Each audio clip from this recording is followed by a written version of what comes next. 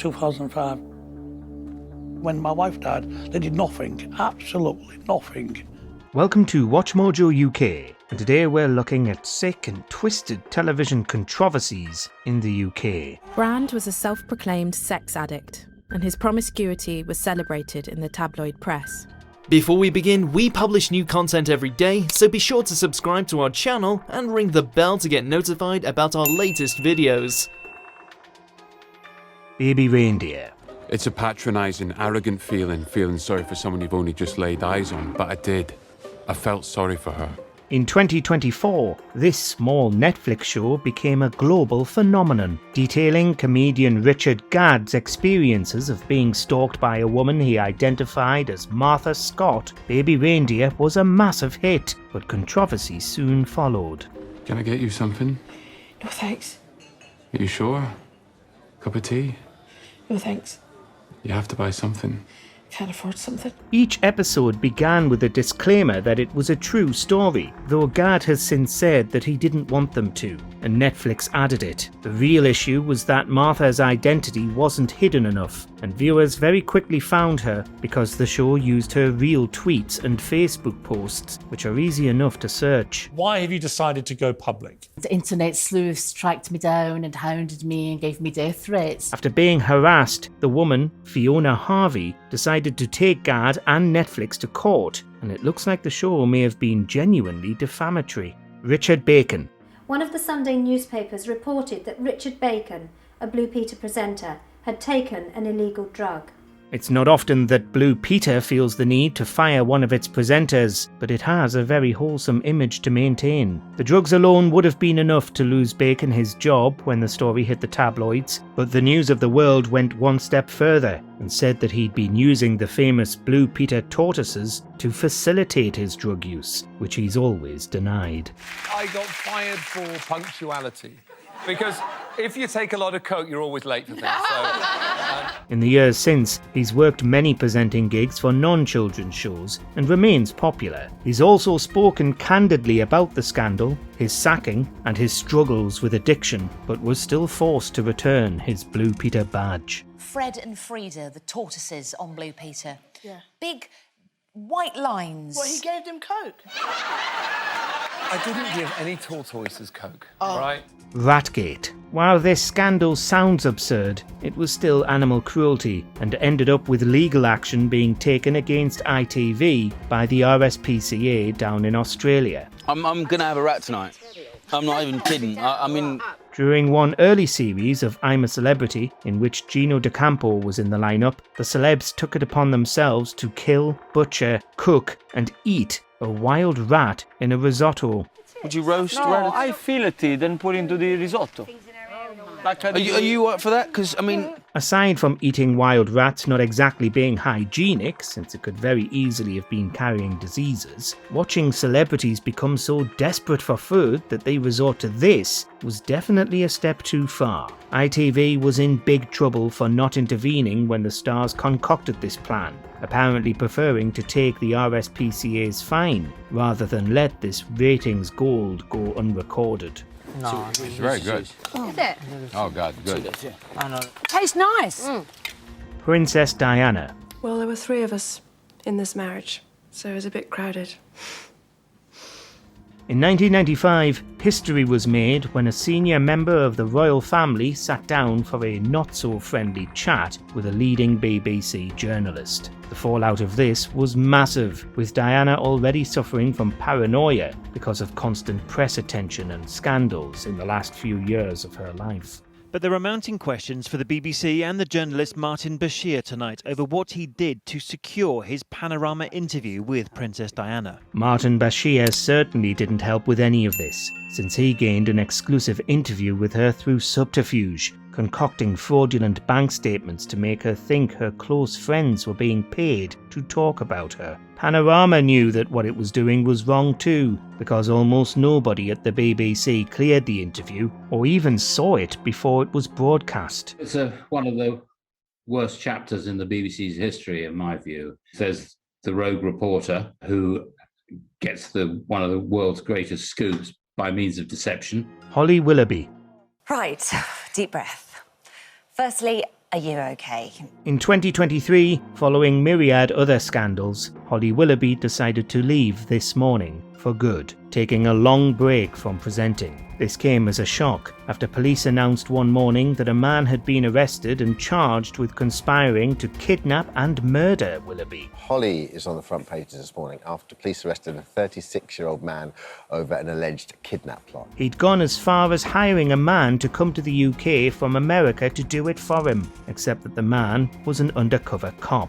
The plotter, Gavin Plum, was found guilty of soliciting murder and handed a life sentence, with Willoughby reportedly deeply traumatised by the ordeal. He had thousands of pictures of Miss Willoughby. The prosecutor said he was going to abduct her at the home she shared with her husband. Only in 2025 is she set to return to presenting roles following a long and understandable break from the media. Too close to reality. In 2009, Hollyoaks, Channel 4's flagship soap opera, revealed that it was going to run a storyline that proved to be deeply controversial. I just don't understand why it's done in the first place, and I think the outcry is because, as James's family, we weren't contacted, we weren't told about this film. 2 women would have been introduced who'd murdered a child while 12 years old. Upon being released from prison, they'd reunite under new identities. But one woman spoke out against this when it was revealed, Denise Fergus, the mother of James Bulger. If you know anything about the case, which most Brits do, since it remains one of the most heinous crimes ever committed here, you'll see the similarities. It's going to give anyone the right to go and pick on a family who's been through something like this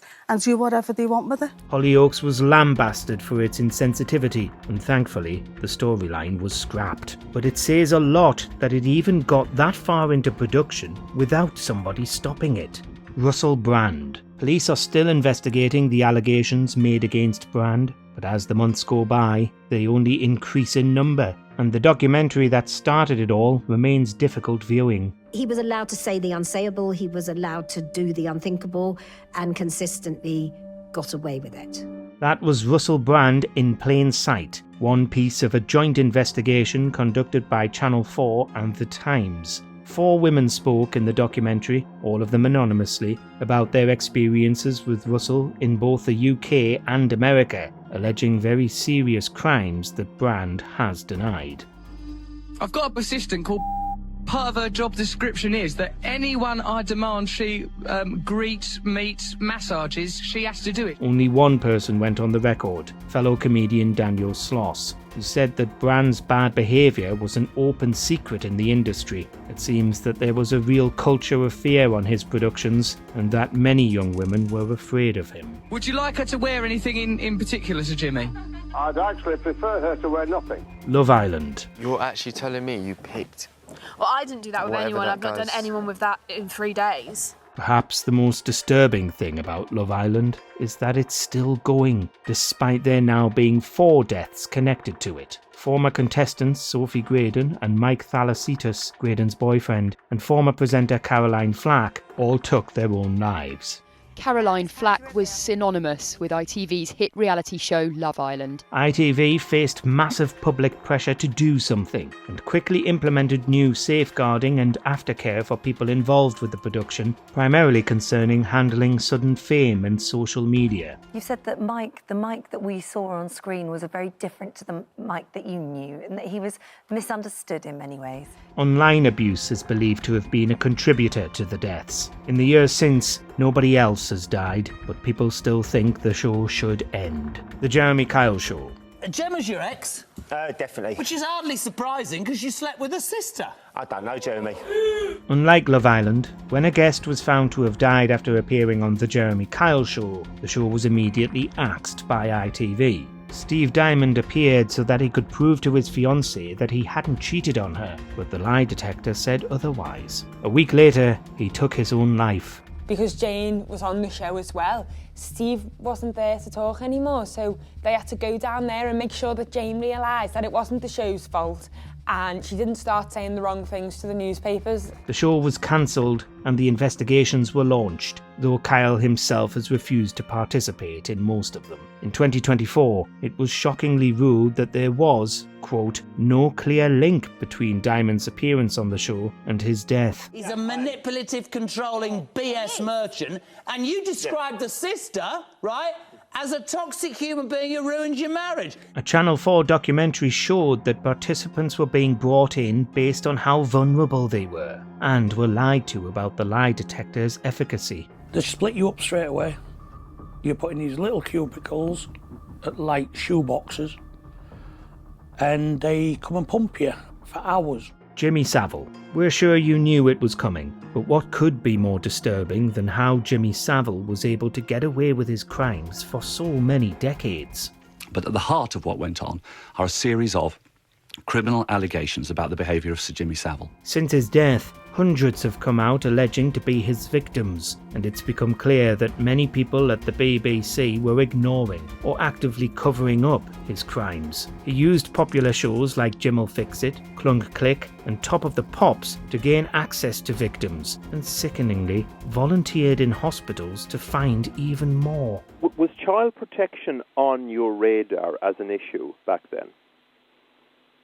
I have to say, I don't suppose it was. It's an awful thing to say, isn't it? Even worse, because these crimes weren't acknowledged until after his death, he died, still beloved by huge numbers of people. This is despite many warning for decades that he was up to no good. Jimmy, you've never been married and you don't seem to have a very high regard of women. Do you feel that women are inferior to you? Let us know in the comments which scandal shook you to your core.